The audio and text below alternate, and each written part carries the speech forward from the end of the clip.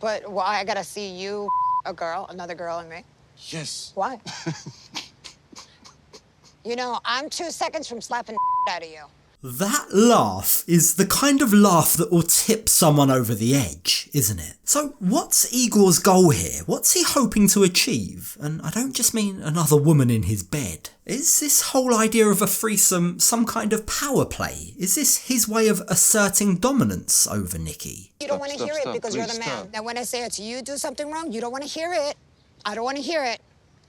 That's a problem. Here we go. Speak Act with like a little yourself. child. Igor's all for a threesome, just as long as it's on his terms. But before we get into that, let's start at the beginning. So we left Nikki considering whether or not she even wanted to go ahead with their engagement party. That was no surprise given the state of their relationship. But it seems like when we join them in this episode, her and Igor have made up. But she is still covering all bases, just in case. At this point, I don't even know if we're still gonna have the engagement party, but I have a broken nail and I have to get that fixed. I'm from Jersey and having a broken nail in Moldova is not happening for me. So Nikki's come to get her nails done, just in case their engagement party goes ahead. It seems like whilst they have made up, things are still up in the air, which pretty much sums up their whole relationship, doesn't it? Things are always so difficult with these two. Like, there has to come a point where they ask themselves, should a healthy relationship really be this hard? But for now at least, they've both decided to try and work on their relationship rather than throw it all away.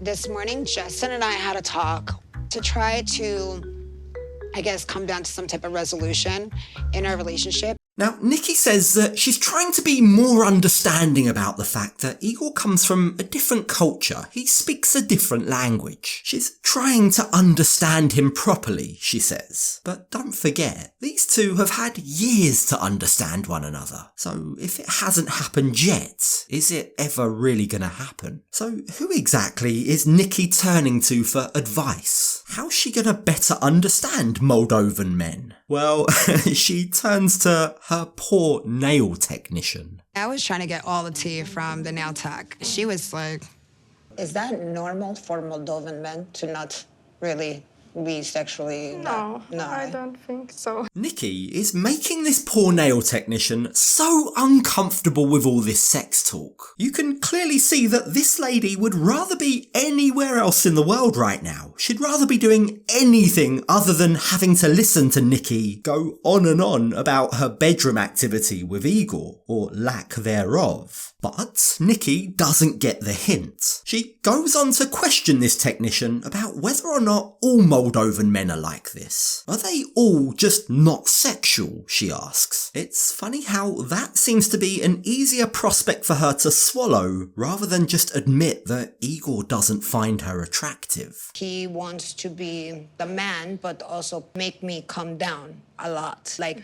yes, master. Are Moldovan men like this with their women in the culture? Wait, what's going on with Nikki's accent here? She's putting on some kind of Eastern European twang that just keeps getting thicker and thicker. But surprisingly, it is working. The nail technician seems to be getting worn down by Nikki. She, in fact, tries to provide some kind of insight into the expectations of Moldovan men. Do they make their women submit and go lower than them and they are high and powerful? Yes. Yes.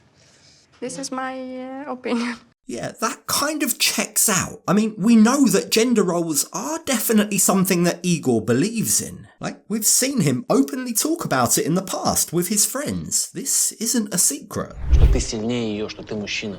Я сделаю все возможное. The one he tells me be more man in this relationship. I think that's true. But maybe I come too much energy to him that he feels like I am above him and I'm not.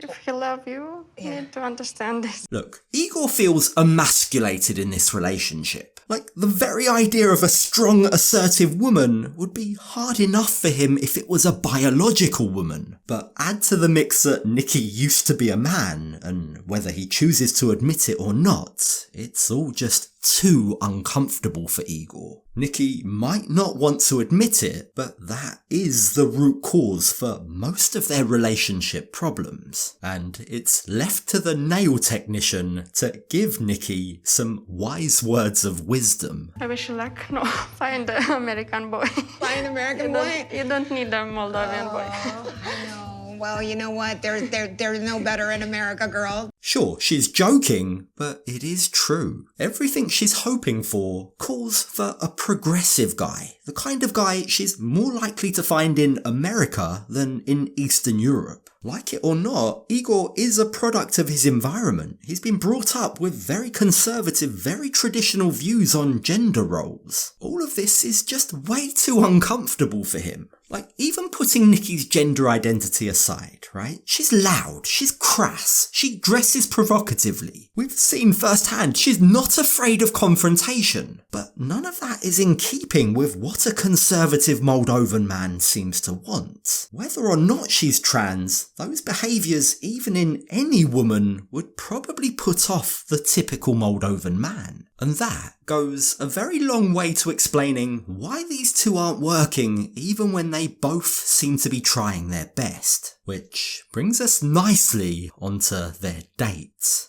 Hi. Hello, my love.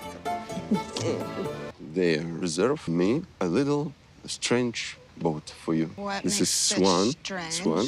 Yeah. So, after the rough few days that they've had, Igor is on his best behaviour. He's trying to pull out all the stops. He's decided to do something cute and romantic for Nikki. What's the plan? Well, he's organised to do some paddle boating around the lake, and he's been very specific about the boat he's chosen. It's symbolic of their relationship, he tells her. It's sometimes we have good moments, we have bad moments.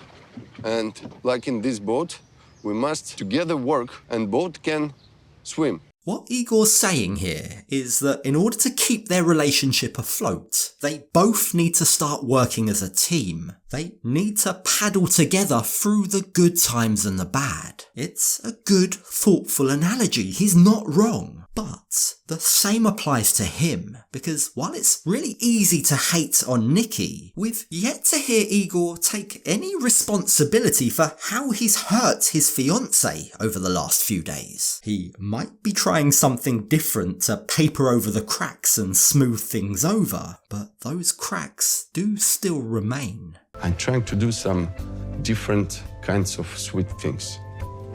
And I show my love to her.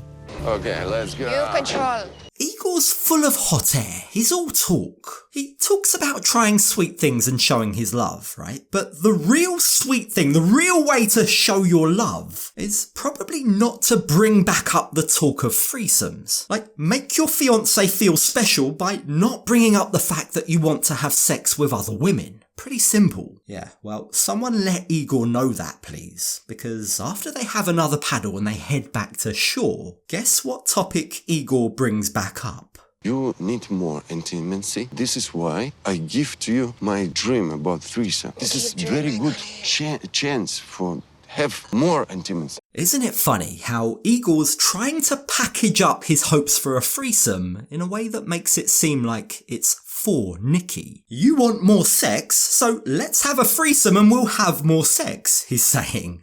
He's trying to frame it like he's doing it for her. What a kind guy, right? But the truth is, Nikki's been very clear she's not interested. So why then is Igor persisting with this idea?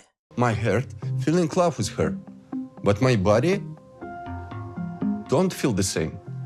This is why I told you about another way of making sex. And there we have it. Finally, Igor's being honest about the fact that he just isn't sexually attracted to Nikki. But, crucially, he's not telling her to her face. His suggestion for a threesome seems to be a desperate attempt for him to have both worlds, for him to have his cake and eat it. The thing is, he seems completely oblivious to how hurtful this is for Nikki. You're not getting a threesome until the intimacy comes first. But if I offer that to you, then you got to offer it to me with another guy. This is all starting to get very complicated. Now, because Igor hasn't been honest with Nikki, because he hasn't told her that he lacks sexual attraction for her, she wants to first fix their intimacy problems before they bring someone else into their bed. It seems fair enough, right? But little does she know, their intimacy problems can't be fixed. She's not going to be able to make him sexually attracted to her if he's just not into it. But that doesn't stop her from trying, and she really is trying. I mean, listen to her use of language here. The word offer seems to be very significant.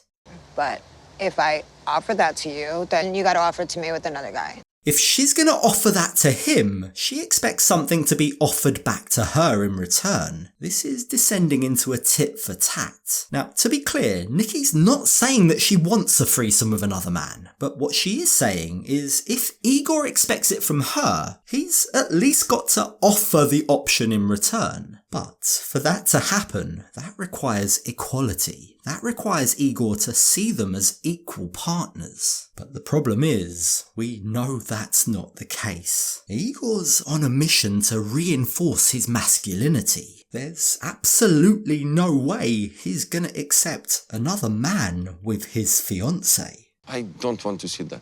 Why? No. So I have to watch you with another woman, but then you can't see me with another guy. Look, I'm sure you don't need me to go into the nitty-gritty of why this is double standards from Igor. Keep in mind, this is a guy who's trying to play the pity card. He's trying to invoke sympathy for the fact that because he's younger, his fiancée has had the chance to have a threesome, but he'll never get that chance. Poor me, he says. I deserve that chance too. But if that's the case, if this was such a big thing for him, why didn't he do it before? Like, he was sleeping with other girls right up until the time he and Nikki got engaged. So why didn't he experiment then if it was such a big thing for him? Well, I think the truth is, while this might be a fantasy, okay, it might be, the real reason he's trying this, the real reason he wants women and not men in the bed with him, is because this is a desperate attempt to try and fix the intimacy problems, the lack of attraction he feels for Nikki. I will be with two girls. Yeah. I them. When second guy come, he you. I don't want to somebody you. If this is Igor's way of trying to establish his masculinity, if this is his way of trying to make Nikki more submissive or more like a Moldovan woman, as he puts it, well, then he's going about this completely the wrong way. But on the flip side, if his aim is to end their engagement ASAP, well, then he's going about it the right way. Now, what he says next makes me very suspicious that his true intention is actually to end his relationship. But why I gotta see you, a girl, another girl, and me? Yes. Why? You know, I'm 2 seconds from slapping out of you.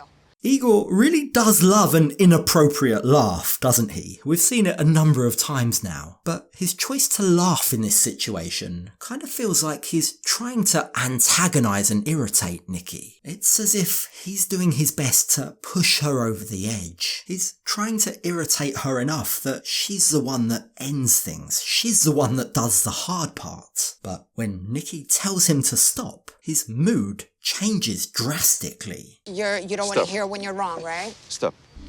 I don't have energy for that. Oh, poor baby. Excuse so me. when you're I don't have. So when you're getting called out on your you don't want to deal with it, right? So let's just get this straight. Igor's allowed to bring up threesomes. He's allowed to propose bringing someone else into their bed. But when his fiancée entertains it and switches it back on him to call out his hypocrisy, that's when he starts to get upset. He doesn't want to hear it. Now, because Nikki's louder and more aggressive, it's very easy for Igor to act like a victim in practically any argument. He plays the role well. He makes himself smaller. He tells her to stop. But I think it's very important to remember that Nikki isn't the one in the wrong here. You don't want to hear it because you're the man. Stop. Now when I say it's you do something wrong, you don't want to hear it. I don't want to hear it. That's a problem. Speak Here with we yourself. go. Speak Act with like a yourself. little child. For all his big talk about paddling together when times are tough, Igor choosing to walk away here just reinforces his hypocrisy. He'll happily talk the talk, but his actions never match his words. It's pretty clear he expects things all his own way, and if he's not gonna get that, then he's not gonna play ball. So has Igor tapped out? Is he just waiting for Nikki to end things? Well, if he is, he might not need to wait much longer. Sometimes I feel like I don't know why I keep going with Justin. I feel like, is this a dead end? Are we gonna progress? Are we gonna move on? Every time we watch these two on our screens, it couldn't be more obvious that they're so wrong for each other. They're from different worlds, they're from different cultures, they're on totally different pages. So why then do they keep trying to force this relationship? There's got to come a point where one of them lets go. The question is, who's gonna let go first?